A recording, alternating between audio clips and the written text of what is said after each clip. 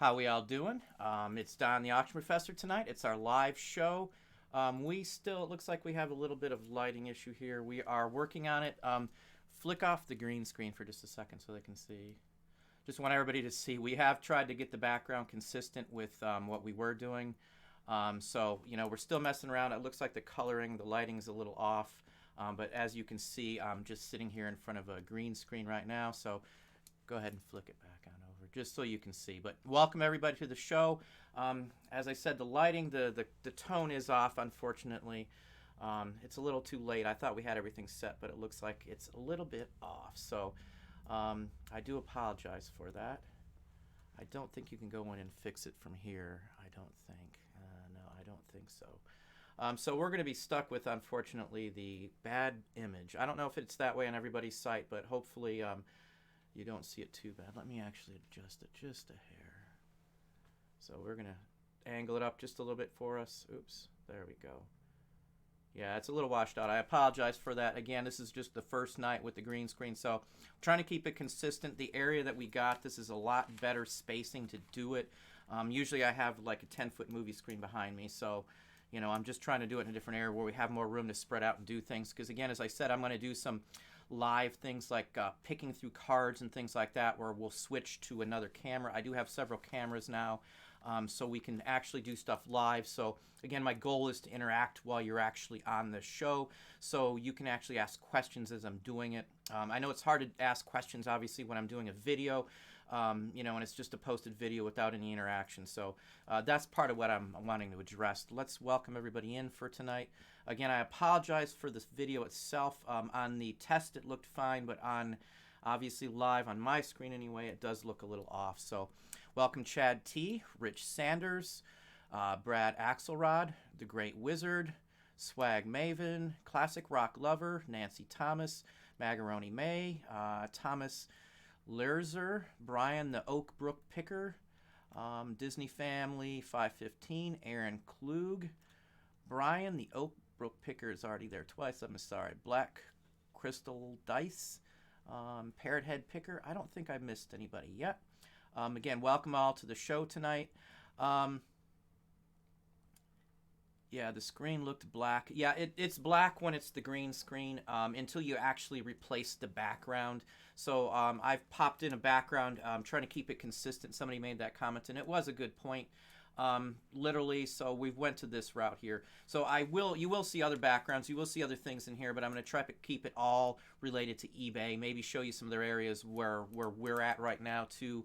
So I'll add some more things in here too. But as I said, as we go week by week, I'm going to make some different changes and improvements to the show. Nothing drastic, nothing different from the format I'm doing right now. It'll still be the same question and answer, same me, same everything else. But I'm going to try and mix up some other things in here too, just so we can have some more options to do stuff for you, as I said. But as usual, I've got a list of questions. Some of them are from last week, and they're items that I didn't get to. I know I'm long-winded, and sometimes I talk a little too much about things, so I will get to some of the questions here as well, too.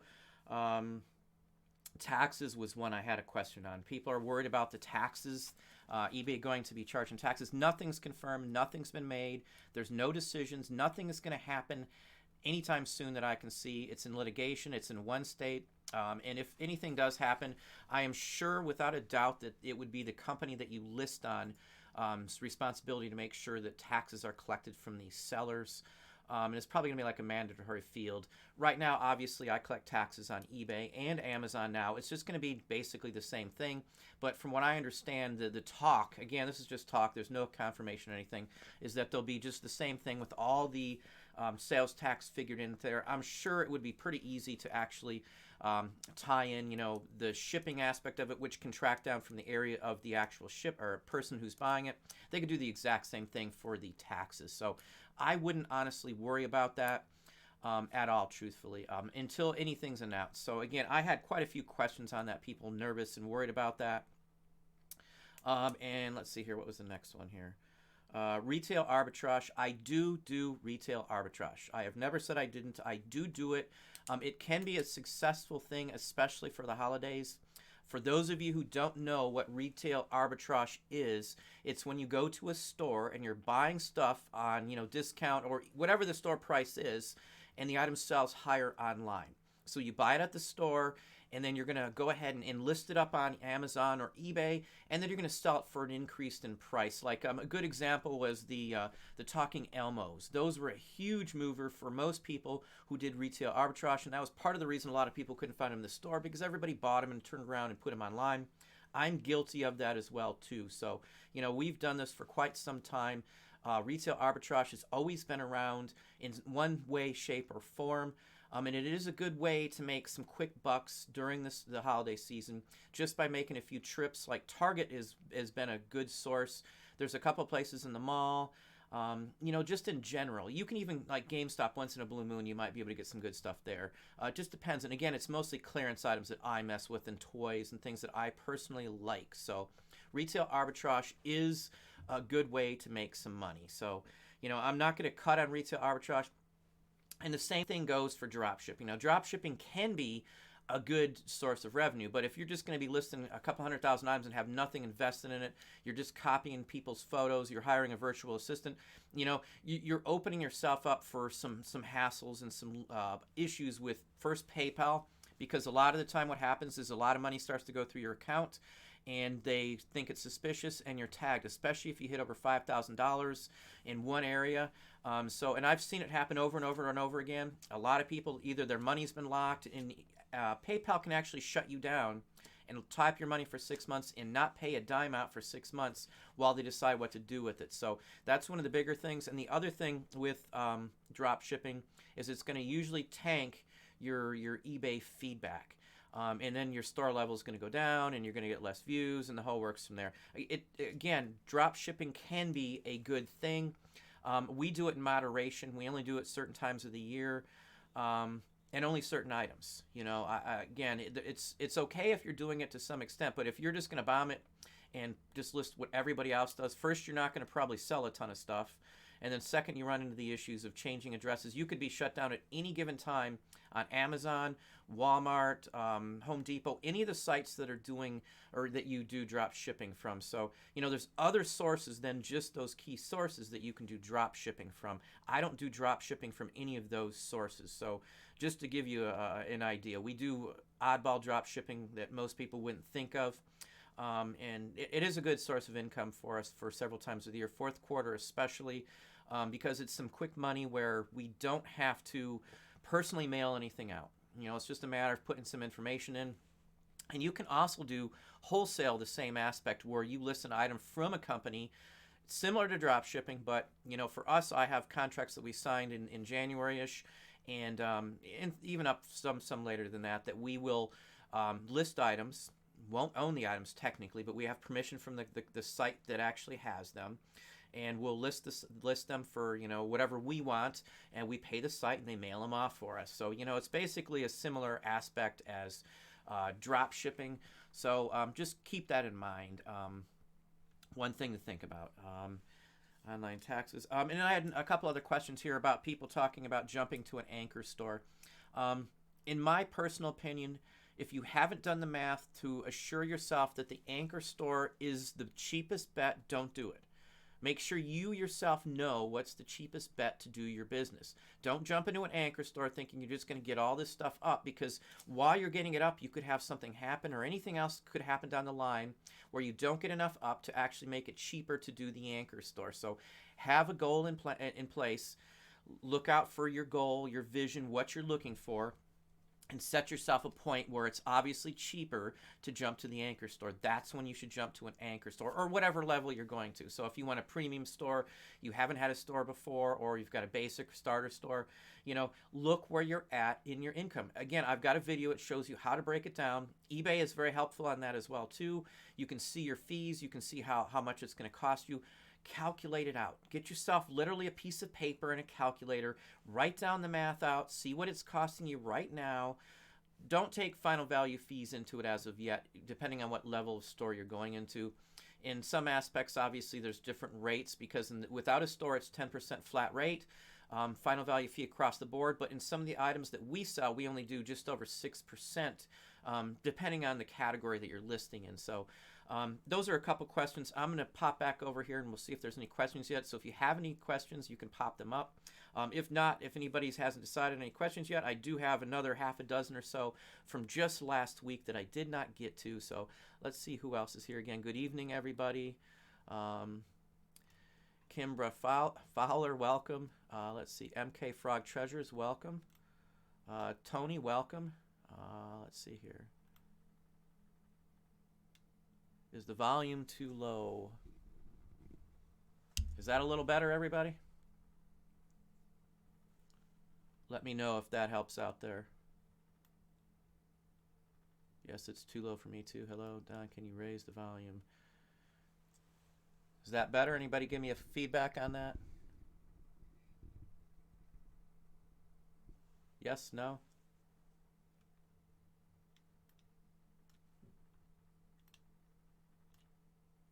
Better? Fine on my end. We will crank it all the way up there. Little higher. It's good on my end. It's good on my end. That should do it, I would hope. Almost all the way up. Just give me a shout out if anybody can't hear it very well. Let me go back to here for just a second. Another question here. Goals. Now, I've had a lot of people talk about goals and, you know, what they look forward to. Now, I know for some people it's hard to get to listing. They love sourcing. I've addressed this a couple videos here, but it still seems to be an issue for most people. You know, eBay isn't for everybody, and I'm not trying to discourage anybody or get anybody away from doing eBay. But set yourself up goals. That's the best bet when you're first starting off. Set yourself out some goals that, you know, you can look forward to. You know, when they hit a goal, you know, do a little celebration if that's what it takes you to get to it. You know, get yourself ready. I always have a goal set in mind for the end of the month. Every end of the month, I've got a goal. I want to know where I'm at.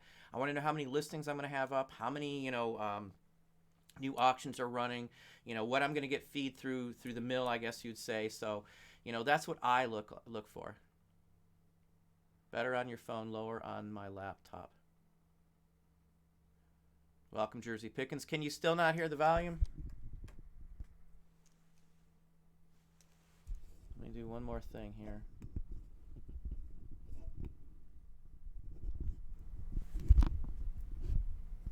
Let me see if that's any better, if anybody can shout out on that one. Welcome, the Distinct Lady. Corey Alsma. Trina W. Much better? Okay, sorry about that. I think we got it now. I move these around here, so sometimes I might have bumped a setting. So again, I apologize for that. This Prudent Gal, welcome.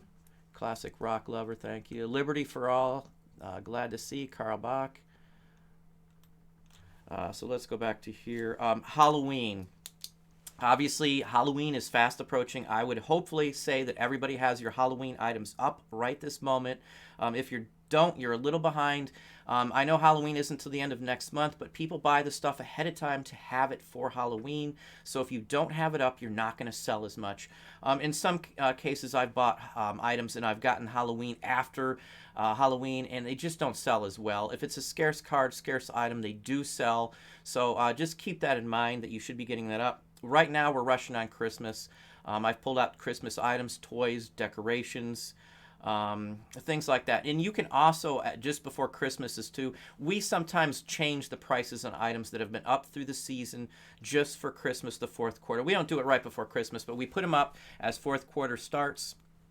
And I'll raise the prices a little bit because obviously during off season, the items aren't going to sell as high. So in season, you can actually get a little more money for it. Now, it depends on what they are. If they're vintage items, I pretty much always do that. We always get a better result on it. Let's see, MK Frog Treasures. I've been killing Halloween for weeks. Yeah, Halloween-wise, I sold most of the postcards, vintage postcards Halloween. We had some Halloween decorations. Those are all gone, every one of them. I think the only thing I have left are a couple little candy containers. And then some of my personal postcards, but we've got a bunch of those. So, you know, Halloween for us has been a big mover. It's been a big mover for a long time, so it's always nice to say. Let's see here.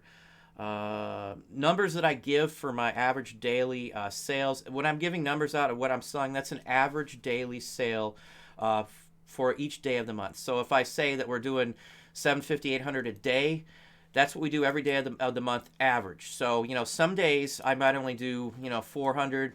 Other days I may do 15, 16, 1,000, 2,000, whatever the case may be. I average it out. I do it just as a projection. I'll take, if it's the 15th of the month, I add up the sales all the way through the 15th. I divide by 15, and that'll give me a daily average. To figure out what you're going to make for the day or for the entire month, you take that, your result of after you divided by 15, and then you multiply that by how many days are in a month, and that's going to give you a total of what you should hit by the end of the month. So that's always been what I look for and how I calculate it out. I do that calculation constantly every day of the week now, and then I do a weekly summary and some other paperwork at the end of the week just to see where I'm at. Because I don't use eBay's figures to tell if I'm trending up or trending down or any of that, because again, it only does the top 2 categories you sell in. Our top 2 categories change constantly, so the figures just don't sync very well. They'll show me up one month like 2,000% in one category and way down in another category, so those figures just aren't accurate if you sell in a whole bunch of different categories. It does the best judgment that it can, and most of the time it is not correct. At least for us, it's not correct. So anyway, that's another one. Numbers that I state, as I said, filling out the entire form on eBay.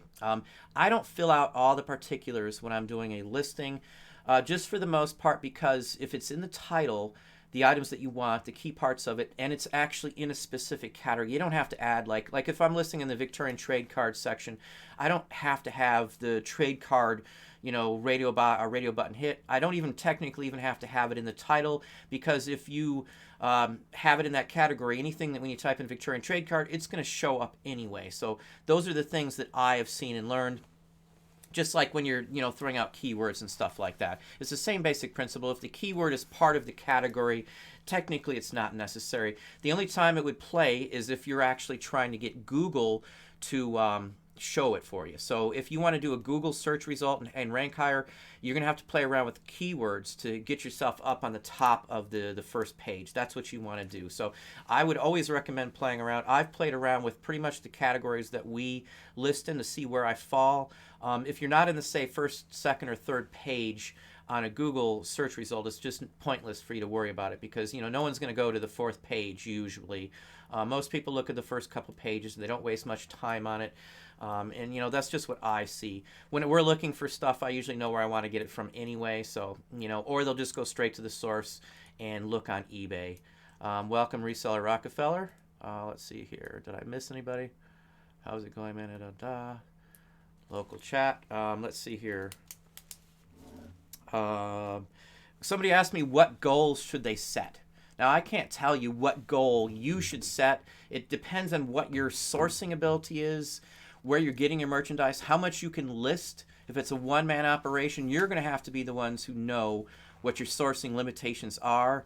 I can't tell anybody what your goals should be, nor can I tell you what type of vision you should have either for your business. Now, I have a vision that we want to grow it. I know where I want to be in a year from now, 5 years from now.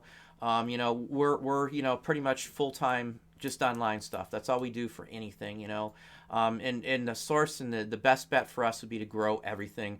I add so much money in per year. Our goal this year was 15,000, like just for my art coming in, and we're already over that for this year as of right this second. So, I do set goals. If I meet them, that's fine. I'll add another goal in. So now we've actually increased it by the end of the year. So that category that we sell in original art and, printed artwork of ours, I want to do 20K in. So, YouTube has helped with that, I have to say. And not just that, I do other marketing here and there too.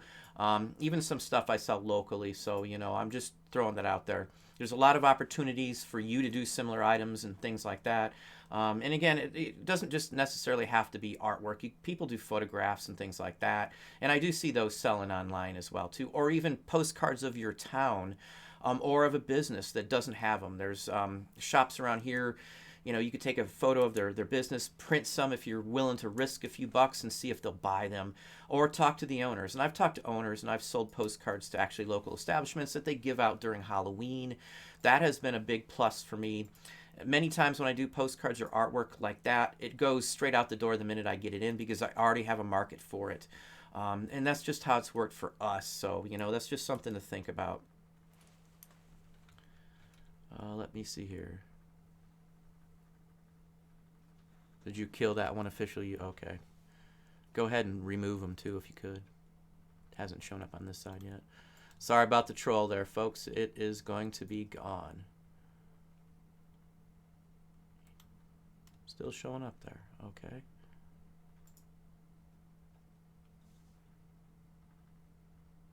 Throw out a wrench? I'm not sure what you mean, MK Frog Treasures.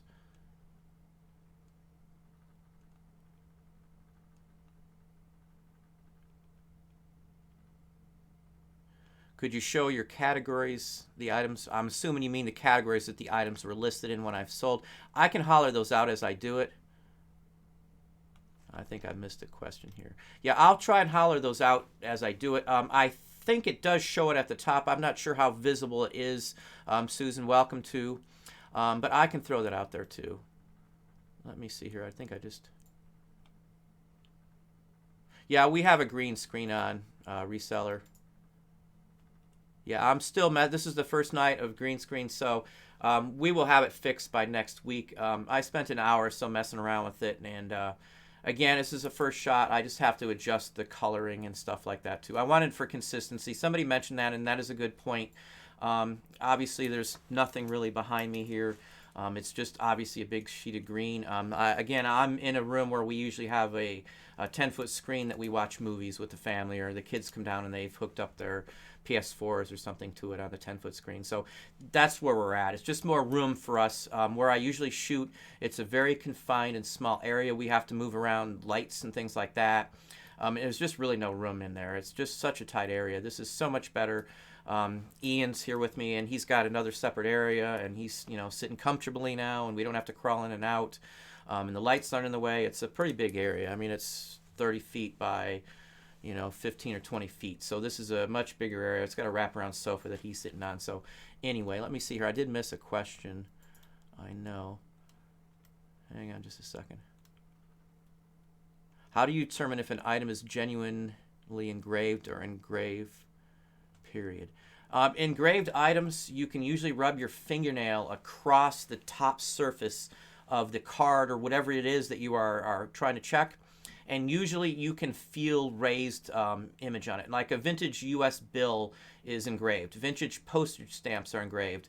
Anyone that says American Banknote Company is a full-fledged engraving. Now, some of them on like trade cards, the engraving, the card itself is porous. So when they print it, you don't always necessarily have the ridges from the ink. But with engraving, it's basically a plate of metal or copper. Copper ones are better. They're usually earlier.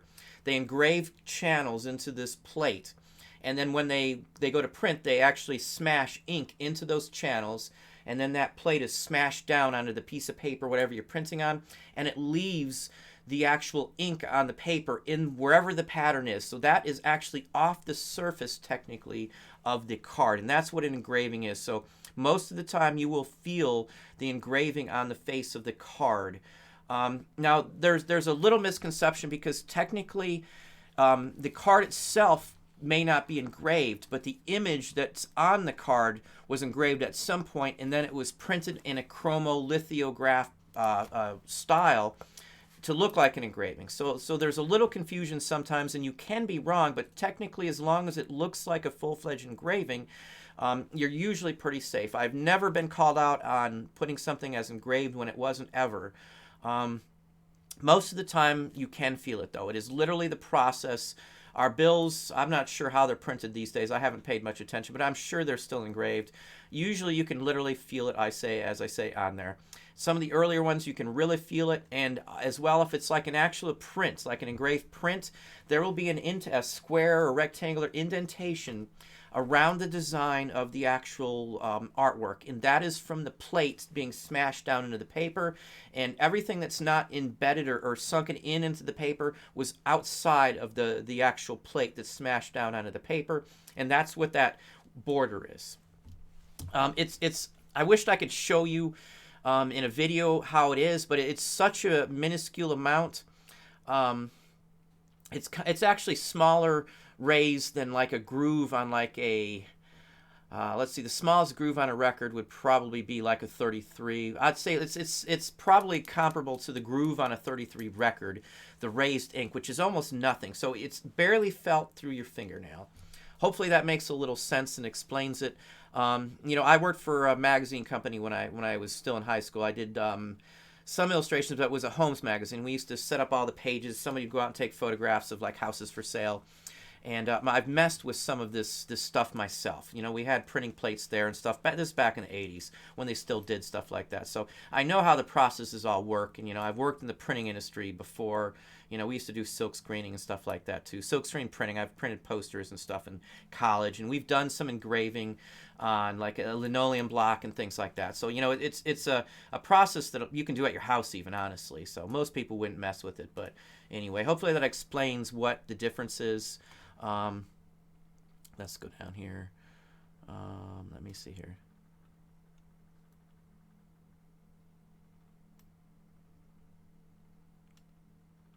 Yeah, I actually have an employee here. For whatever reason, it didn't remove it from the list. So anyway, I think still shows it up on here. He's gone from the channel, that I know. Yeah, I'm not sure. But anyway, trolls are gone. I do have someone here actually monitoring from another PC, so there is somebody here checking it out. So just FYI.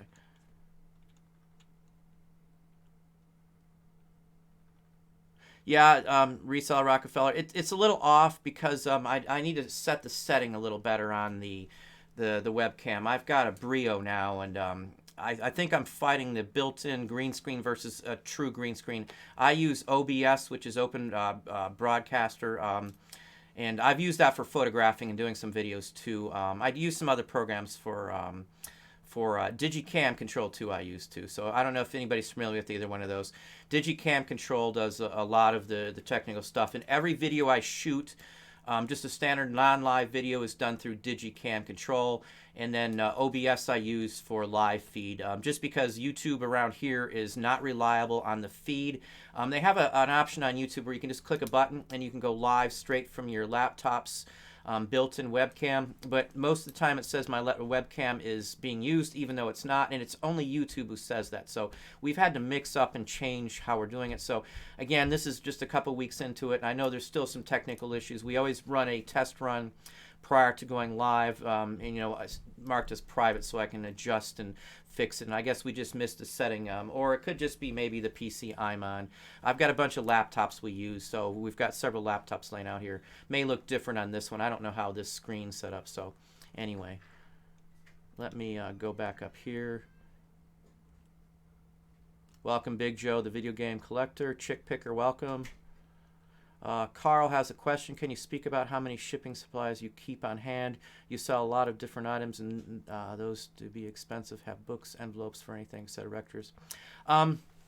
For us, most everything I ship, I can ship out of 2 different separate boxes. That's about it that I use for the majority of everything that I sell. I get the free boxes from eBay. Well, I can't say they're free, but we have the boxes from eBay. I get $300 worth of free boxes every 3 months from the 2 anchor stores, $150 per store. So those I always have. Sometimes I don't buy boxes. I'll buy their envelopes and stuff. For the most part, I buy the boxes from Walmart. Walmart now is in season, and you can order any quantity you want now, so I don't have any sourcing issues for boxes.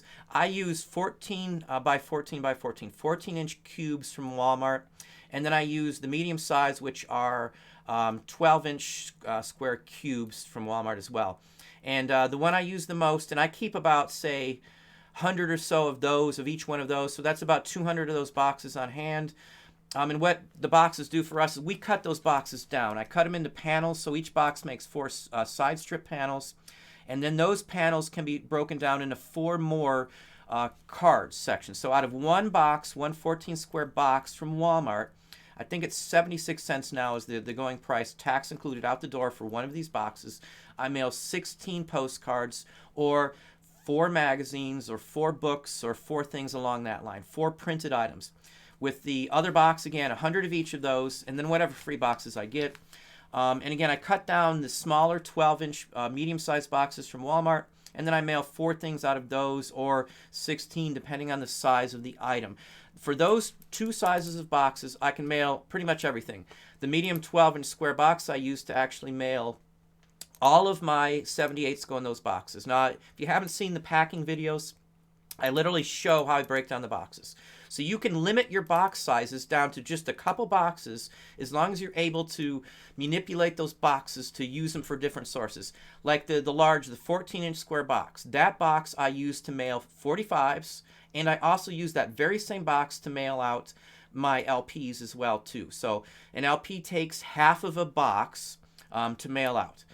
45 takes 1 or a quarter of that box. One side panel I use to mail out, and if it's a cheaper one or not going overseas, it only takes 3/16 of that box to mail out. And I've got actually a booklet coming out, which I'm not sure how I'll supply it. It may just be included with my Patreon, but I've got a breakdown with diagrams actually showing you how to cut down those boxes to effectively turn that 76-cent Walmart box into 16 different items to mail out, or however you're doing it. We mail mostly small paper items out or small toys. So the Walmart box gives us 16 different things we can mail out, usually with just that 76 cents. So, and that is cheaper than you can get those at most box manufacturers. Walmart has got the best price, at least on those size of boxes. I've sourced all the boxes that I personally buy. Again, I only buy those 2 boxes. Every other box that I get comes from eBay's freebies, because I get a ton of boxes. Most everything else, fits into those 2 Walmart size boxes. Maybe I'll show in another video. I'll show you a scan of the area that we store boxes in. Now for mailing, like the top loader plastic sleeves for postcards, I order those 5,000 at a time. When I get down to 300 or 400 or maybe 500 of those, and they're in 100 packs, so each pack is 100, so you can easily tell how many you have left. I order another 5,000 of those. The same goes for the larger sized postcards, for the 5x7 postcards, or 4x6. I think it's 5x7. Those I order at 500 to 1,000 at a time. And then once they get down to 200, I'll order more of those. So at one given point, I could have, about 5,000 of any one of the plastic things. The same goes for the 6x9 2mm poly bags, which are what I mail every postcard in, or every piece of paper. I order those at 5,000 counts. They come in sorted. They're 100-pack bundles, so you can instantly tell how many you have in-house. You can instantly tell when you need to reorder. Now those I don't wait. If I only have 500 left, I instantly order one when I get to that point. They set up on a shelf so I can just sit there and look and see how many bagged items there are immediately and go straight from there. So, that's how I do it for that. I don't have a ton of it. Walmart boxes are usually about the biggest point, so I would guess maybe at any given time I probably have about maybe $500 or $600 worth of packing supplies. I do buy cases of tape. Usually I have 2 cases of tape in-house at any time. And I forgot actually, I wrote that down to do today and I haven't had a chance to do it. Some people have complained about the cheaper tape on eBay. I muddle through it. If it goes through the dispenser, I'm fine with it, even if it makes a lot of noise or stuff, just because I am cheap. I'd rather have the noise and a little bit of tiny aggravation when you first start the roll of tape versus spending twice as much for the same size, same dimensions, same, I think they're 110 meter or 110 yards on one of the rolls that I get, 2-inch wide, of course.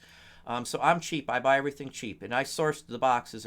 Anywhere in my town, the cheapest place is Walmart. So, Walmart has 4 sizes that are good. But again, the other smaller sizes I get from eBay for free, or I keep saying free. It's not really free because they kind of took away our top-rated seller plus discount, and then they cut that in half, and then they gave us these boxes. And of course, the boxes are marked up. That's one thing I do pretty much hate on eBay, that I'm forced to get the boxes. Even if they offered me, say, they give us $150 for the boxes, I would have rather had them just give me a $75 credit, and they can keep the other $75, because I can get the same amount of boxes that they give me for $150 for $75 if I buy them locally. So anyway, that's just how I am. Thank you for the super chat. I don't think Chick Picker, thank you very kindly. I do appreciate that. I am bad on catching those. I talk so much. Is it running slow over there? Am I still in the yellow at least? How's it running? It looks like I'm choppy over here. It looks fine on OBS, but it's bad on YouTube. We're going to see if we can't fix YouTube. Go ahead and try reloading it once real quick. Hang on just a second here. We're dragging really bad here. Hang on just a second. You might experience a little click here for just a second. Did you already click it off? Okay. For those of you who don't know, I've got Ian over here. He's worked for me for a year and a half or so. He comes in for live feeds these days, so just so I have some help just in case. It still looks like we're still losing some frame counts here. We're going to muddle through it, so because we're already into it. Let's see here. Let me go back to the questions. Hopefully that answers your question, Carl. $500-600 in there. And again, same box as for cards, same box I use for records. I don't use any envelopes. It's all the poly bags. It looks like it's running better now.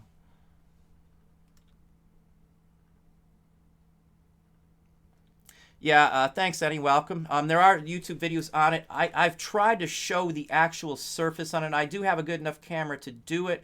But it just doesn't seem to show up very well in the video to show you on it. I know I did a real brief explanation. That's basically how it works on that too. So welcome, Dale. Paper-wise is great for us. Again, I do mostly paper. It's probably close to half of what we sell right this minute, and especially in a season because I list more of that than anything else just because it's so quick to list. I'm going to show you the scanner that I got with from watching Popeye's postcards. I'll give a call out to him. I have no affiliation with him. I've never really talked to him, but I did see a scanner on his page. I have 7 scanners that we've went through, 7 different ones. I've never found one, and I actually gave up on scanners quite some time ago after the last one. The duplex that we had in the past was just horrid. It would constantly jam, but I bought one. I actually bought 2. I sent one back, but I bought one on his recommendations from a video, and sure enough, I'm going to show you the drastic difference. I still have the use of the camera because we have to for quite a bit of our items. It only does certain items, so if you're in paper, I wouldn't recommend going out and spending a couple $100 on a scanner unless you're doing massive quantities, because the camera is going to, at least save you the money to start off with until you know you're going to want to do the area. Some people just don't like paper. They're just not into it, or it's just a tedious work because you got to list a lot of it. A lot of paper might be long tail items, and you're getting a lot of residual income. Every day of the week I sell something that's been up for months. Constantly, over and over and over again. Part of how paper works and collectibles in general is they're stuff that people collect, and they're going to collect them in not just once. They're going to collect them all the time. And if they're getting good stuff from you, you're going to get people liking your store, and they'll keep following you, and they'll constantly come back. I sell to the same people every single week. There's people, I think every day of the week someone buys at least a couple items from me. One person buys several items, at least once, twice, 3 times a day, every day of the week. And again, it never used to be like this, but as time's gone on, we've got a huge percentage of several categories that we are, a big chunk of that whole category. In some categories, I'm like a quarter of the category, and like roller skating labels, for example, I got like 95% of every one up on eBay, so those people who collect those all come back to me for the most part because I put them up constantly. I've got a ton of them. We got 300-400 up or more, and if I get down to say 250-300, I list another 100 usually. Same with like luggage labels. There's only a limited number of those up. A lot of people don't mess with them. It's hard to find for a lot of people. I usually only buy ones that are loose, free to go, ready to list, separate, not used, or if they're used, there's no gum on the back, they've been cleaned or whatever they do to them. So I've got some niches, so it's part of how we work and how this does it for us anyway. Let's see here. If you're going into paper though, make sure you have a source. And I've talked about bottlenecks for a lot of people. A lot of people have a bottleneck, and their number one bottleneck for most people that I see and talk to is sourcing the type of material. Now for us, and I've said this before, I started out selling clothing. That's what we did. We did just what everybody else did. I sold clothing, I sold damaged goods, sometimes returns, clearance items. a ton of books on FBA. I was the guy you'd see at Savers or Goodwill sitting there scanning through the books and loading a cart up. We did Chegs, sometimes we do Chegg. If you're not familiar with Chegs, Chegs is a college textbook basically. Walmart's undercut them these days, so Chegs isn't as relevant as they used to be. And schools have caught on. My son's in college now. When we took some of the same classes that he had, a few years back, they weren't forcing these online courses, so there's less and less textbooks coming out, and they're just charging more for the digital copy of it, which includes the textbook. So, they're trying to monopolize to stop everybody from selling books on a secondary market. In all honesty, Chegs used to be 5 years ago the number one source for us to resell a college book. It always beat eBay. It was instant money. We got a payment immediately. It went into our bank account. Nowadays, Walmart crushes Chegs. My son gets more books off of Walmart for college than he ever did off of Chegs. And as I said, Chegs was the number one source. Walmart didn't even have the options that they have now where you can rent books. If you're not aware and you're in college, don't ever go to the bookstore. You're just getting ripped off for the most part. Walmart is the best source for getting rental college books. They actually give you a few more weeks than Chegs. And I found that out the hard way here because he got one from Chegs and we found out Walmart like the next day after it was ordered in the mail that Amazon has the same basic sourcing, and they're cheaper usually. So, just keep that in mind. If you have kids in college, we source everything. I'm cheap everywhere across the book. So and that's just what you have to be to run a successful business. I know people talk about don't nickel and dime me to death, but in a business, you have to nickel and dime, saving nickels and dimes. I'm not going to sit there and charge people a nickel or a dime extra just to make a couple cents, but I'm going to source something that's 5 cents cheaper, like a box. If I can get the boxes that Walmart sold for 5 cents cheaper a box, I would go and get them for 5 cents cheaper somewhere else just because of sheer quantity. And I know somebody says that doesn't seem to be very much, but if I save money on boxes, I save $1,000 on boxes a year because I'm saving 5 cents a box. I save 5 cents on 2 mil poly bags because I buy them in bulk. I save another, $200-300. I save, thousands of dollars by having anchor stores, more than one, instead of throwing it all into one store. That's a couple more thousand. I save on making routes when I'm going picking or when I'm doing anything and hitting several things at once on only the day I go to that area, so I'm not making secondary drives. That saves me a few bucks here. My clothing, I've got special clothing that I keep in a special area just for work-related items. I wear the same clothing. If something happens to this piece of clothing, it's a business expense 100% because it's separate. If you're running business, your expenses have to be separate. You have to have separate defined areas to be able to mark off part of where you live. We mark off a percentage. We literally measured out. I know exactly how many square feet I am in right this minute, my whole facility, and I know exactly down to the square foot how much my business takes up. You figure out the percentage, and if it's 20% of the place you live in, you can deduct 20% of your fees from, your housing, your electrical, and you can do even more percentage on electrical if you're using more of your electricity. Say you're using half of for your business, you can deduct that percentage, but you better be darn sure, and that's how much you're using. We have actually talked about getting a separate meter in so we could, figure that out a little better and be able to deduct it a little more safely. We just do the flat percentage fee of whatever it is for the house. So let's say 20% of my facility is for business. I'm just going to deduct 20% of my utilities for business as well, even though the majority of much of it is just tied up in business. Just because I haven't went the route to distinguish, you have to pay where we're at to get a separate meter installed, and then they're going to charge you business fees and things like that. So I just haven't done it for that specific aspect of it. So, it pays to be cheap. It pays to nickel and dime your expenses. Because again, it may seem like only a nickel to some people, but at the end of the year, we're saving, I would estimate, if you add up everything that we've been cheap on and we've cut back on and we've lowered the costs, and it could be close to $10,000 a year I save. It's thousands just alone by having an anchor store versus having one store. Having 2 anchor stores is cheaper. And again, watch the video. I clearly explain and show you without a doubt of how much money you can save by just doing these key things. Just like Top Rated Seller Plus. I know it may not seem like a lot, but if you sell a lot of items over the year, it adds up at the end of the day. I mean, in four years, we could buy a car with what we saved just off one of these features, just off the anchor store savings. So, just keep that in mind. Let me see here. Welcome, Maggie. Let's see here.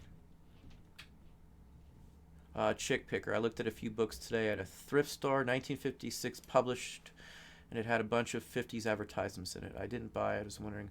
I don't mess with books from the 50s like that. What you want are magazines with nice like alcohol or soda shop ones if you're getting newer magazines. I wouldn't get anything newer than say 1960s unless it's say for like if you've got one for Woodstock or something in a magazine, or especially a newspaper or a car, that's a different story. But most ads past, say, the mid 60s into about 70 aren't worth much unless it's a specific rare car or somebody passing away or something along that line. But that goes into like newspapers in general. Like an Elvis died newspaper, worth some money. JFK, assassinated, worth some money.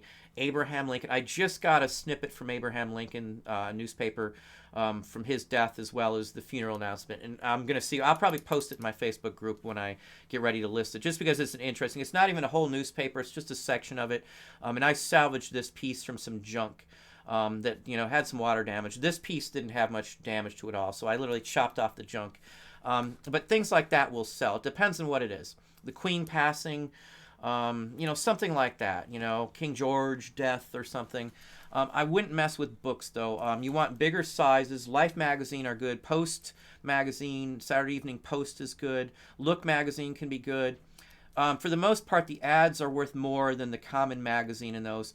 And if you can't sell them individually, what we do is I'll get 10 ads from all soda shop from like the 50s. And then I'll list those 10 ads. You can do 12 because you get 12 photos on eBay. And I'll list those ads for, let's say you're buying the magazines for 50 cents a piece. You get 2 ads out of each magazine. You list 12 ads in a listing. You're going to make a ton of money if you sell those in the $30 or $40 range. You've got almost nothing into it. At the most with 12 ads, you've got $6 into it. At the most, I would hope. So, and that's just those ads. You've got other ads in there. That's just this one listing for, let's say, Soda Shop. You've got a dozen Soda Shop ads.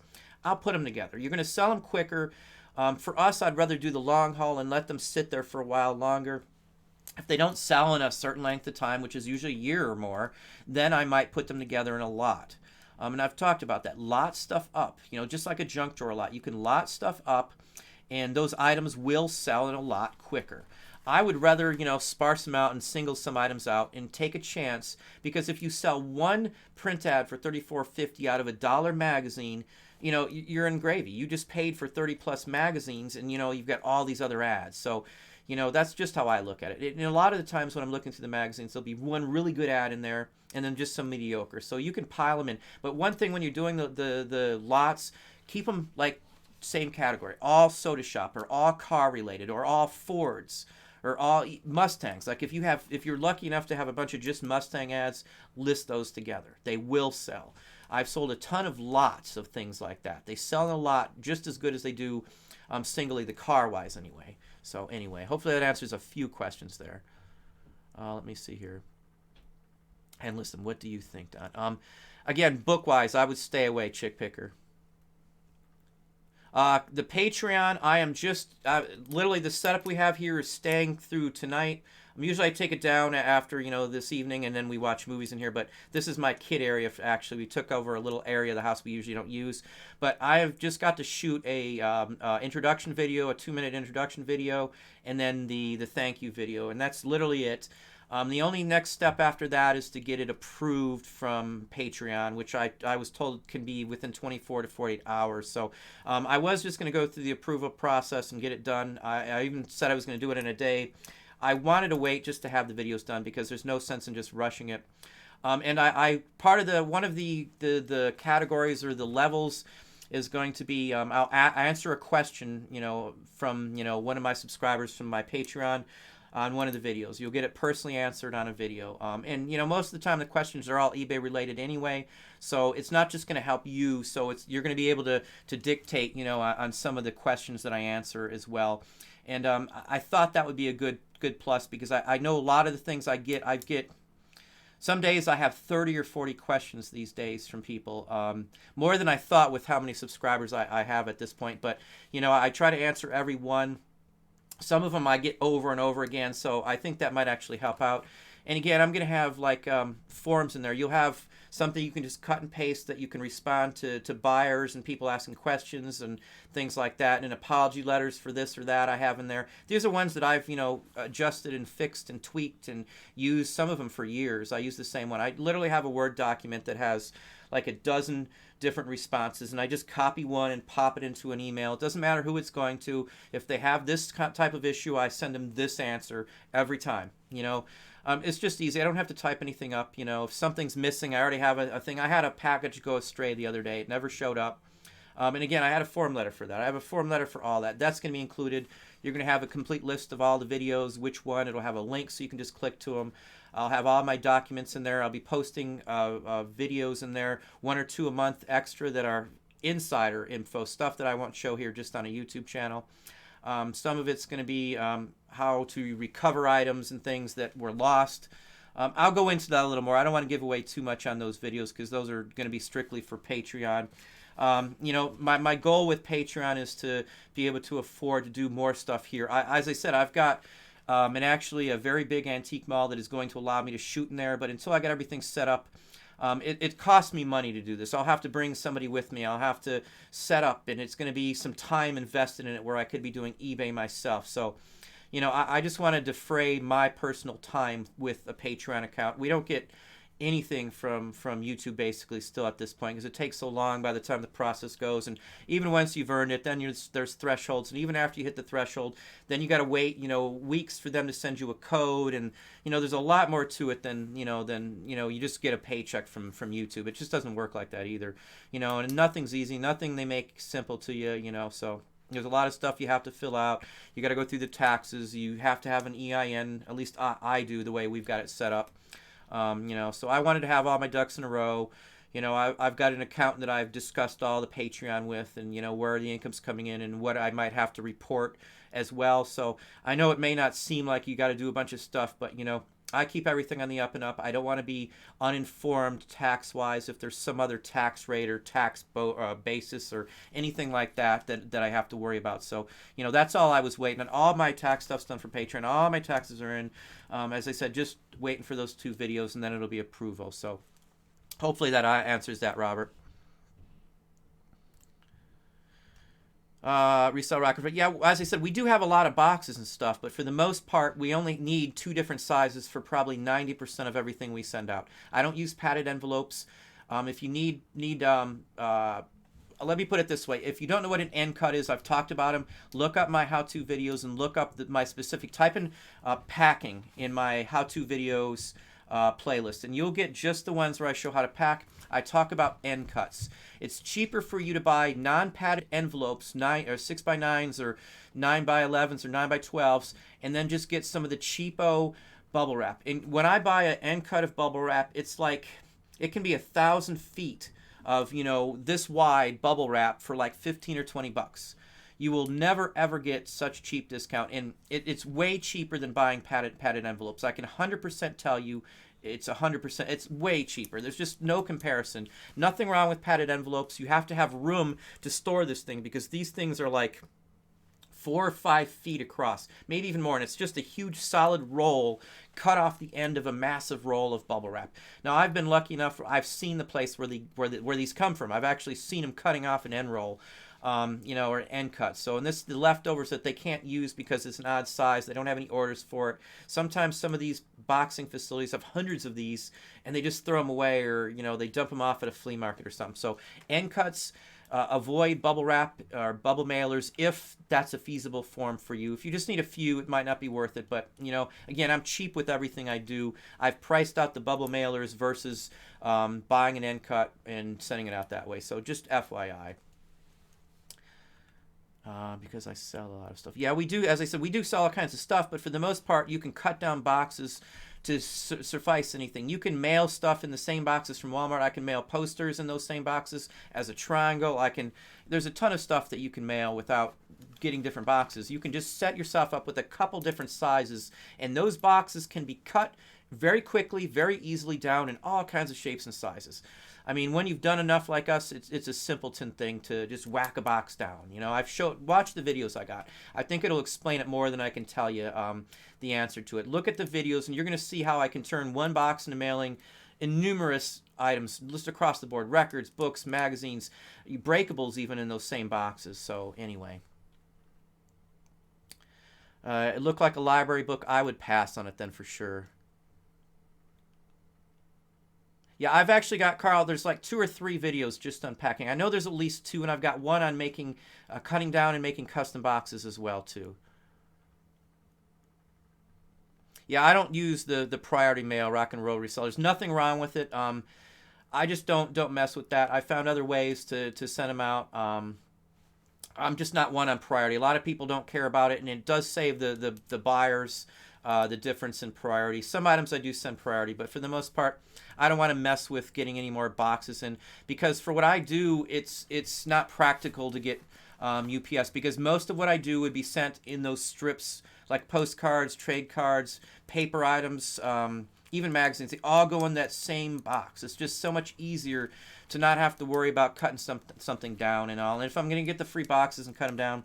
And one other thing I can say with the free boxes from the priority boxes, if I'm ordering something, a shirt or whatever else, people sometimes pack and use that for packing material illegally, and that drives me nuts, because part of the reason they're picky on picking up boxes and why you can't get them locally anymore is because of that. They'll only send mass quantities out to your facility or to your P.O. box. You can't pick them up at the post office anymore because of people doing that. So anyway, you know, that's just a drawback. And I'll see people talking about don't use priority mail padded envelopes for cushioning inside of another box. But those same people who say that will sit there and use one of the bins for picking up mail just for storing stuff in. So, you know, they're doing the same thing with those. So anyway, again, nothing wrong with the U.S. priority. I just don't do priority. I try to keep it cheap, because most of what we're sending is paper that goes first class for, you know, $3.50, way cheaper than the cheapest priority. So anyway. Yeah, if you use the boxes from Walmart, I guarantee you they're much cheaper than Walmart. I can guarantee you. Or Walmart's much cheaper than any mailer you can find. If watch the video Reseller Rockefeller, and you'll see how quickly you can cut down a box. And then with one box, you can mail out anywhere from 4 to say 7 45s. And if you're doing LPs, you can mail out 2, 3 sometimes, depending on the LP and how safe you want to be with them. So anyway,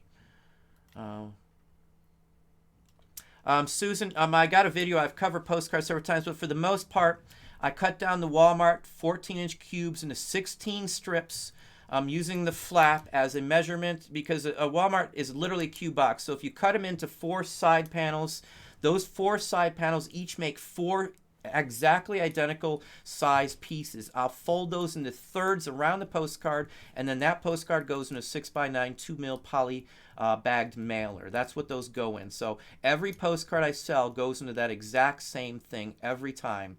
Every one. I wish I could show you mail. One of these, I'll have to take some more pictures of this, what's going out, because sometimes I've got hundreds of those little 6x9 poly bags just, you know, lined up ready to be mailed out. And it'll be just a whole big bin.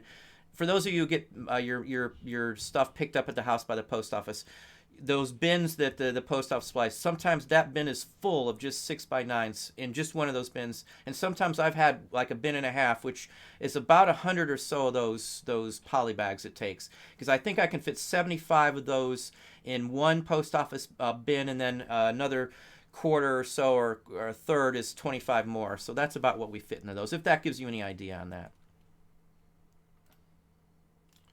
Let me see here. Yeah, I do scrap gold too. Scrap gold's a good plus here.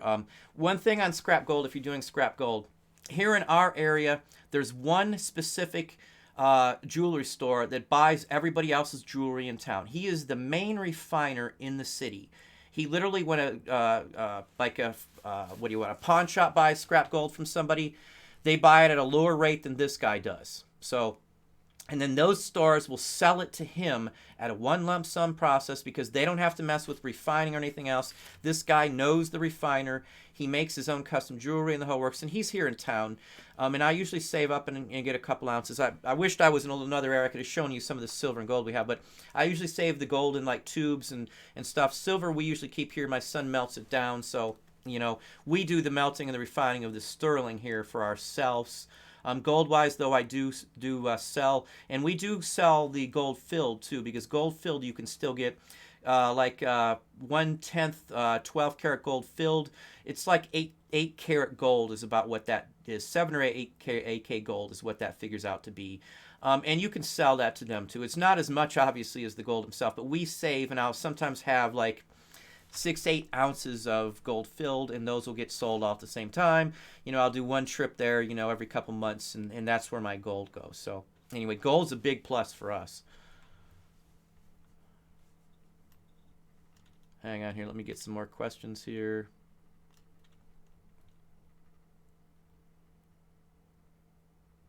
Let me see.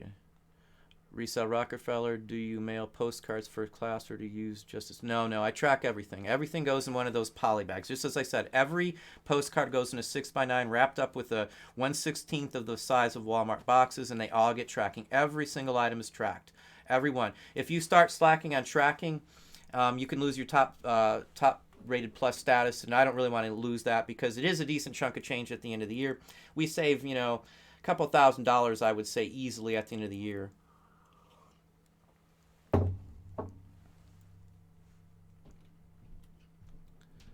Let me see here. Yeah, it looks like we got another troll.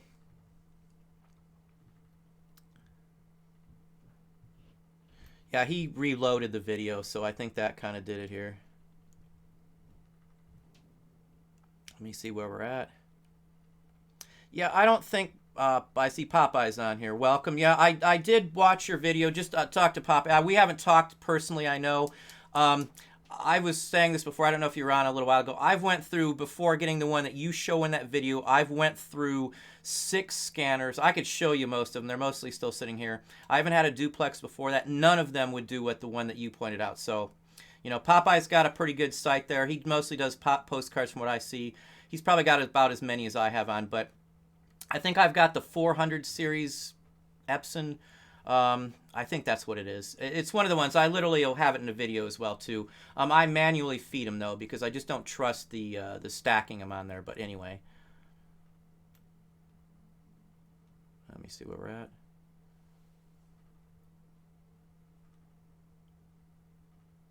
Looks like we got a couple trolls. Macaroni May, yeah, I would say it is cheap. I mean, I'll have to say I'm cheap across the board, but anything we can save. If I save a dime here or a dime there, it all adds up at the end of the year. Don't look at it as a dime. Look at what it is times 1,000, times 2,000. If you're saving a dime every time you mail a package by doing something different, you mail a couple thousand packages, you're saving some money. So anyway, that's just what I look at that. Peddling Profits, welcome. Yeah, we do a square foot right now, but you can... yeah, I take advantage of everything, every deduction. You can actually take more deduction from your utilities if you can prove that you're using most of it for business versus personal use. Now, if they ever question it and you've got 100 phone calls coming in and the phone is pretty much always used just for internet, you can pretty much verify, what you're doing. I mean, if they really want to challenge it. I've never had anybody be challenged on it. We were very honest with everything we do. As I said, I measured off everything. We keep all of our business in a specific section of the house. We don't deviate from that. We don't scatter it across the house. Everything has a place for it. Even new picks and new hauls come in and they go in a certain area or on a shelf or somewhere like that. So I don't mess around with IRS. As I said, we have 2 separate accounts. I got one that does payroll and one that just does our taxes at the end of the year. Why? Because one's cheaper than the other to do taxes, and the other one doesn't do payroll at all. They're just mostly a tax service. So anyway. Well, thank you, Brian. Let me see where we're at here. Yeah, be careful on that chick picker and stuff like that. Magazines specifically, very few books have ads in it that are worth money unless, say, it's a bound edition of something. like a magazine that's been bound or something like that, or it's a real early one that happens to have some specific ads in the back. There are some books that I've seen with railroad ads in the back and things like that. It just depends on the book, but for the most part, anything new like that, I just wouldn't mess with at all. Welcome, Picker Paul. Yeah, we talk about fourth quarter too. Fourth quarter, we've already started to get our stuff up, honestly. Thank you, Reseller Rockefeller. Yeah, I've got new artwork sitting here. I just haven't had a chance to do any videos off of it. They don't get nearly the amount of views that some of the other ones do, but I'm going to throw them in here occasionally too. I don't really care if they get a ton of views. I like putting out the stuff so people can see other avenues. You know, there's a lot of people who don't think you can make money on doing your own artwork and stuff on eBay or in person. And, you know, it's just not true. You just have to be able to not worry what somebody thinks. You know, I got shot down a lot on stuff that we've done, and I don't worry about that. Or if I produce a postcard and I don't sell a bunch of them, you know, I don't worry about that either. I'm going to throw this out here. If I buy the postcards that I have printed, I literally can buy 100 of them shipped to the house. If I ship several different packages of these for around $24 for 100 postcards. So I only have to sell a couple to get my money back. So it's not hard to make money off of doing your own artwork. You only have to do a couple of anything to get your money back. And in some cases, I've sold one postcard for what I paid for 100 postcards of my own artwork. So, you know, people just don't realize that in Etsy alone, you can make a ton of money doing this kind of stuff. You know, even like merch by Amazon or Amazon merch, you know, you can do stuff like that, the shirts designs and things. I mean, there's just so many opportunities to do stuff like that. And most people are too nervous to start and do it. And, you know, at this point, I got nothing to lose. If somebody makes fun of something, I don't really care. It's not going to hurt my feelings at all. You know, there's a lot of stuff that I don't like. I just don't say anything. It's just not worth my time. And if somebody doesn't like what I'm doing, you know, it's not going to hurt my feelings. I don't, you know, it doesn't bother me. I make enough off of them to get a good return on my investment. So if somebody doesn't buy it or they don't like it or they want to mock it, that's fine. I don't care, you know. Thank you, Studio1231. I appreciate that. Thank you for the super chat. Yeah, as I said, Chad T, I will have the Patreon. I know I've been talking about it, but I don't like to just put out bad information. And I wanted to have all of the levels available and give some options here. You know, I'm not trying to rake out and make a living off of Patreon or anything like that. So, you know, I've got a lot of time invested in this, and all I'm trying to do is justify my time for my personal business. You know, because obviously I could be doing 100 other things instead of doing what we're doing now. But I like talking about what I do. I've been a regional. We had to do, you know, employee talks constantly, you know, a couple times a week in person, on the phone conversations and weekly get-togethers on phone calls and stuff. So, you know, I talk a lot. You can tell, and that's what I did as a business. So I missed that, I guess, to say, because I don't really talk to much people during the day other than employees and family, or pickers or something. I don't get out too much these days, by choice. You know, I go out when I want to or when I want to do something. But, you know, other than that. Brian, thanks, Carl. Would you chop up old Playboys for the ads? They have a lot of good ads. Yeah, I mean, a lot of the Playboys aren't worth a lot of money. So, you know, I would do that with the Playboys. It just depends on the issue. Sometimes you can sell them in a lot, you know, the Playboys, and get some money back. If you have a whole year, it's worth selling them probably as a lot because you get a quicker return on your investment. Let's say you have the entire year for 1970.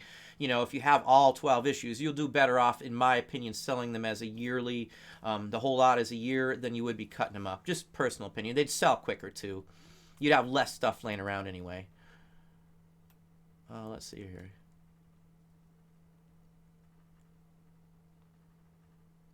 Rock and roll resale. Yeah, I believe you are the one who said that it wasn't consistent. This is fake. I don't know how well it'll show up when I touch it, but it's obviously just a photograph. So, yeah, you can see it's not realistic. So, again, we'll fix the lighting here on the next one here. I'll have a lower thirds bar at the bottom, too, with some information as we go.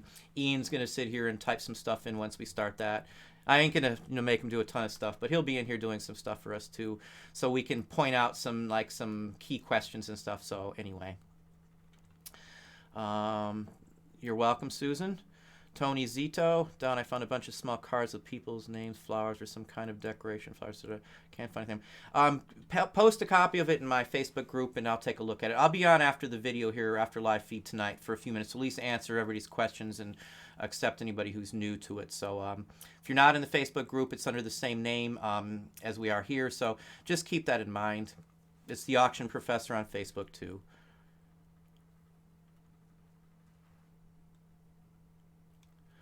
Stephen Rose resale. I don't know the Brothers 1000 watt. I literally saw Popeye's postcards, and I was quite surprised that this one actually worked. Now I got it. I got two different scanners when I ordered that one. I sent the first one back right away because it jammed like the first time out. There are some issues with the one that I got. I can't remember the name on it, but I will post that in a video here too. It blows away setup and stuff with the camera. The camera is pretty close, but it's just the convenience alone I think is worth it. I don't have to get up. I don't have to worry about taking photos or a tripod or anything like that. I'll show you just how quickly it is for those of you who haven't seen it. I'll pop it in a video here as well too. The jamming was my issue with other ones, and the time it took to do a duplex scan on the older scanners was just bad. I guess it just took this one specific scanner to get to it. It has issues with, die cuts and things like that and paper items, but for postcards it's great. So, it can't be used for about maybe a third of what we have. I can use that for paper-wise anyway. So, Disney Family 515, yes, you can. You just literally keep a little track of it. You can do an estimate if you do the same route every single day, and keep an estimate on mileage. So, but basically, I just keep a little notepad and write it down where you're going and how much miles. Write your mileage count, or use the little counter on your dashboard, to track your miles that way. So, write down the miles you drove that day, reset it back to 0, and keep it at 0 when you start each day. I want to say maybe it was 20 cents or something. I don't remember because I don't do them myself anymore, my taxes.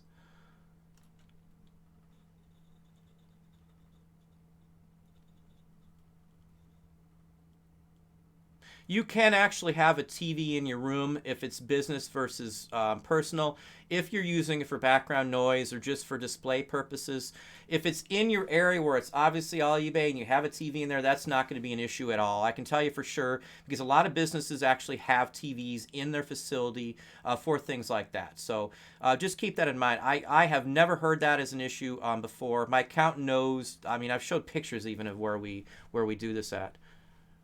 Let me see here. Yeah, save your gas. Well, it depends. You can either save your gas receipts or you can write down the mileage. You can't declare gas and mileage. You can do one or the other. You can do the gas as an expense, or you can do the mileage. That's how I look at it, anyway. Thank you, Peddlin' Profits. Thank you, Chad.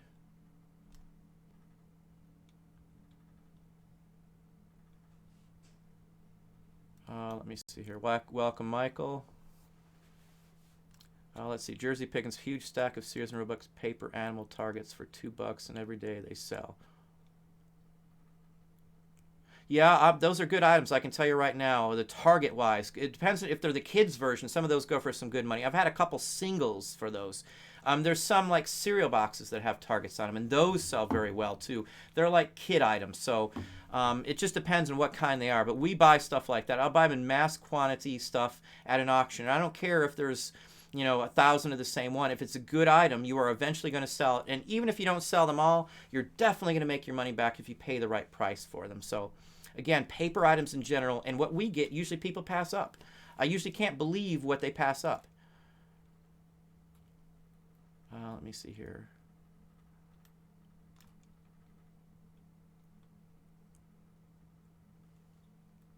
Yeah, Peddlin' Profits, I get what you're saying. If it looks like you can use it for two different sources, that would be a no-no. It has to be specific. But if you put a monitor or a TV up on a wall somewhere in an area where you do work, and obviously there's no reason you'd be sitting there for anything else, as long as you can explain what that is. But chances are no one's ever going to come to your house and look at your facility. I can't see it.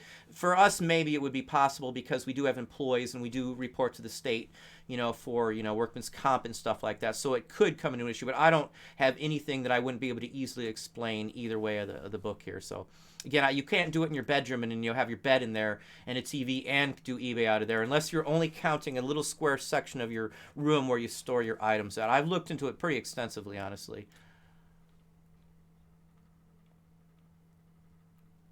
Miles are 50, 55 cents. Yeah, it's been a while. I don't really pay much attention to the percentage anymore. I did when I did it. I knew down to the penny everything.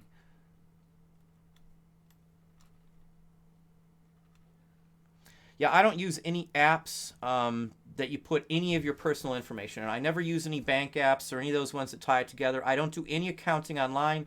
I don't do any third-party service that activates or touches my eBay account in any way, shape, or form other than PayPal.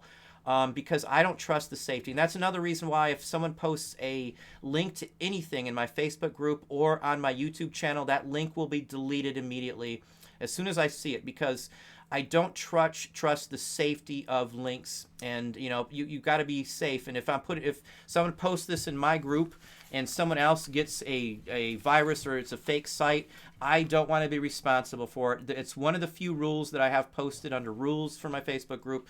No outside sources or links to anything. If it's an eBay link to a specific and it's an obvious eBay link and it shows the thing with the preview, I don't really mind that. But no selling, no outside sites, no outside sources, no other sites to list on, nothing like that. It's just a safety thing for more than anything else. I took several safety classes in college. I spent 9 months in college just going over internet safety, above and beyond what most anybody would normally look at and know.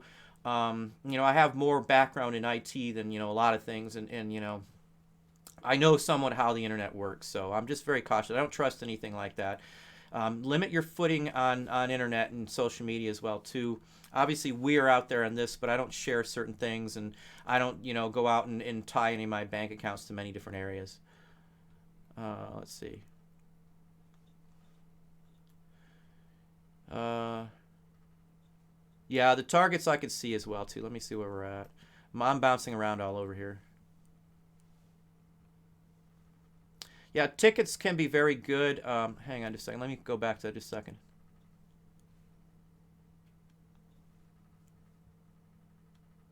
Yeah, I'd have to see it. I don't do any of that. I just keep my my dashboard mileage counter and then just write it down. That's usually all I do. I don't worry about any apps or anything like that. I'm not a big phone app person at all. I don't list for my phone, never have. I'll take that back. We've done some retail arbitrage, and I have listed from my phone a couple times, only because I wanted to have it up before I left the store when we were buying some items. I've talked about that before. You can retail arbitrage, and as long as you've got one of the listing up, or you can even list it straight from your phone for Amazon. I've never listed anything from eBay from my phone, but Amazon I do. I have to take that back. I do list from my phone on Amazon occasionally, only if I'm out in a facility and I can get an instant sale from it. And a lot of times, if it's a retail arbitrage item, I can get an immediate sale from it right off the bat before I even exited the store if it's a hot item, in the top 1,000 or so in toys or something like that. For those of you who know Amazon, I know a lot of people don't do Amazon, so you may not be as up on that. I do have an Amazon video coming out soon too, though. I was very careful on that one because I'm not willing to give out my Amazon account information at this time. I've had somebody doing things, some bad feedback and some nasty emails and posts on my videos. And after I spent some time, I find that 3 of the people are all subscribers to another YouTube channel that does similar stuff. Not vintage, but another YouTuber here, and it kind of seems suspicious. I don't want to be bombed from some other YouTuber who thinks it. And again, as I've said, I've had a couple nasty emails from people saying I shouldn't be giving out information like this. I should be charging for it. And that's what they do, and they've pointed to me to some groups, but I'm not interested in following suit. That's not my model. I'm not trying to make a fortune off of subscriptions or charging you from a course that I did or anything like that. I've been asked about courses or mentoring, and I'm not really interested in doing that either. I don't want to be feeling like I'm responsible if something doesn't go well for you as a seller.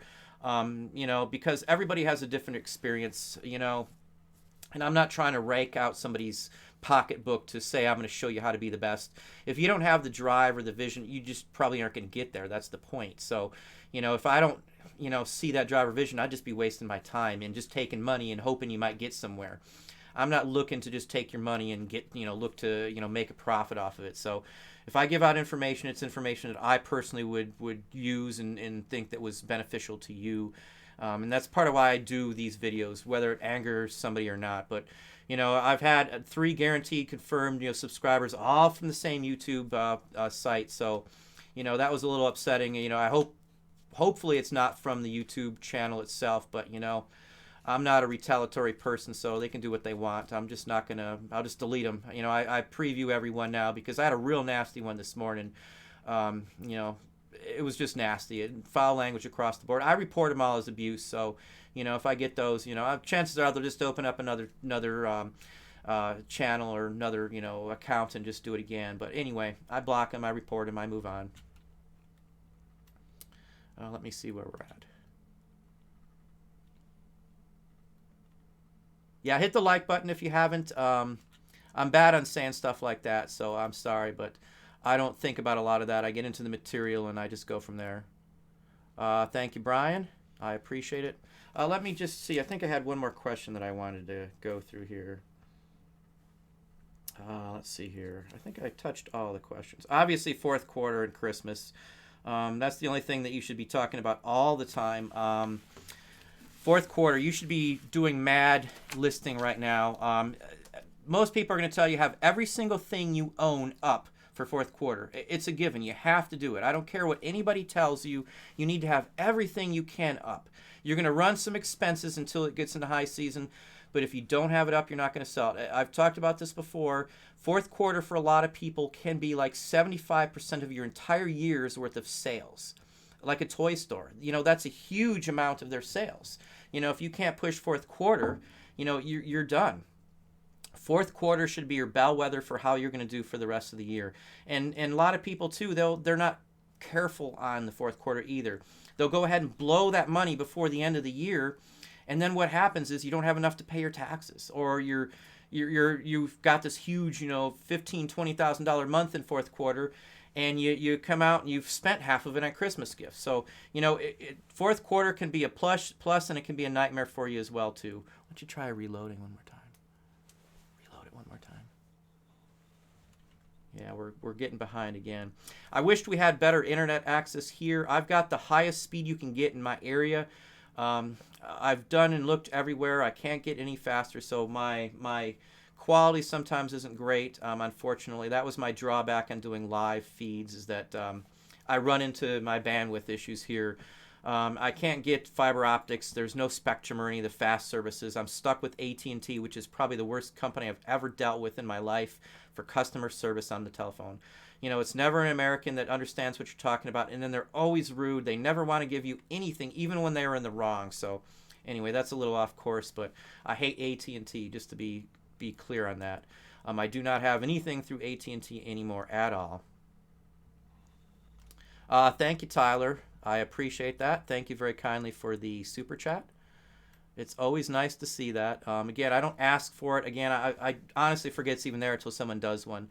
From my end, I don't even see a button for super chat on this PC I got on here too. So anyway, again, if you haven't hit the like button, please hit the like button for me.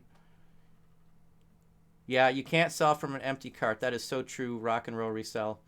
I tell people this. I tell them that you've got to take months. And I hear people say they're going to take off and not list during summer. They're only going to source. You're going to come up with a huge pile of stuff, and you're going to lack the motivation because it's going to be too daunting of a task to see a couple thousand items sitting in front of you, and that's all you're going to be doing is listing. I honestly would recommend breaking everything up. List some each day of the week, even while you're sourcing. It's what you make of it. I heard a video the other day, and I wished I could remember who it was. I probably am not going to come to it till after I'm off the live chat. Oh, geez, I can't remember who it was. Oh, it was Arnold Schwarzenegger. Now, whether you're a fan or not, there's a motivational video that he's got out now. And, I'd never seen it until just like a day or two ago. His number one thing he talks about is the same thing that I've been taught and I've talked about forever. It's your vision. You've got to have a vision. You've got to know where you're going with eBay. You can't just have, stuff going up and not worrying about it. I'm making money, I'm making money, I'm making money. If you don't know where you're heading with that business, you don't have a vision to get somewhere, you're just going day by day. It's just a waste of your time to not be looking for something out of it. I know what I want out of this. So if you don't have an avenue of where you want to go with it, you've got nothing to look forward to. It's going to dog you down at some point where you're just going to get frustrated. That's why I said, set a goal. You've got to have a drive to get to that goal. The goal is your vision, I guess you could say. If you don't have a vision, set yourself a goal, and that is your vision. Your vision is to get to that goal and make that total. Let's say you want to hit 10,000 new listings by the end of the year, or 10,000 total in your store, so you can move up to an anchor store. That's your vision. That's what you want to do. And the minute you hit that, you set yourself up a second vision, another goal to hit. But you got to have the drive to do it. You got to want to do this. I like what I'm doing. I know my hands are cutting off. You can see that there. But you got to have a goal and what you want to do with it. That's just what I say. But Arnold Schwarzenegger said that very clearly. And the same basic thing that I say. And I've watched a couple, motivational videos in this past week just to see if mine is along the lines of the same thing. I always like the research stuff. I know that I've always had a vision on what I do. So, and I'm always driven to do it because I hated what I did before. So, and I've talked about that so many times. eBay's changed our life.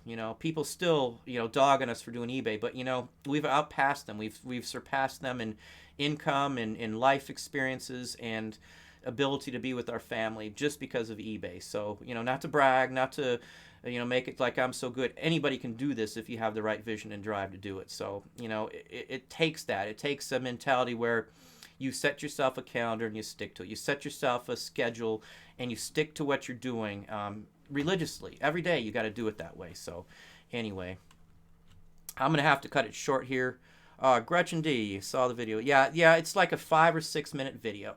If you type in Arnold, his name in there, and search it by time length, you're going to find it. It's like 5 minutes and like 45 seconds or something. Now, I'm not a huge super fan. I've seen most of his movies. His newer ones aren't as good, but, I still like him as a general rule, and he does say some good stuff like that. He came from a small village in another country, and, if he made it here, pretty much anybody can make it, I would say. He's a perfect example of it. And one of the comments in the video was, you've got, 17 hours you don't sleep that you can work in it. And if you say you can't make it, you can't do it, you're just not working hard enough. I work 17-hour days probably are about my average, honestly. But that's, including drive time and stopping and starting and making dinner or cooking or something like that. But anyway, I'm going to have to cut it short here. We're going to end it for tonight. I've got a few that I'll probably still write down that I didn't answer. I do apologize. I know I try to answer all the questions I can.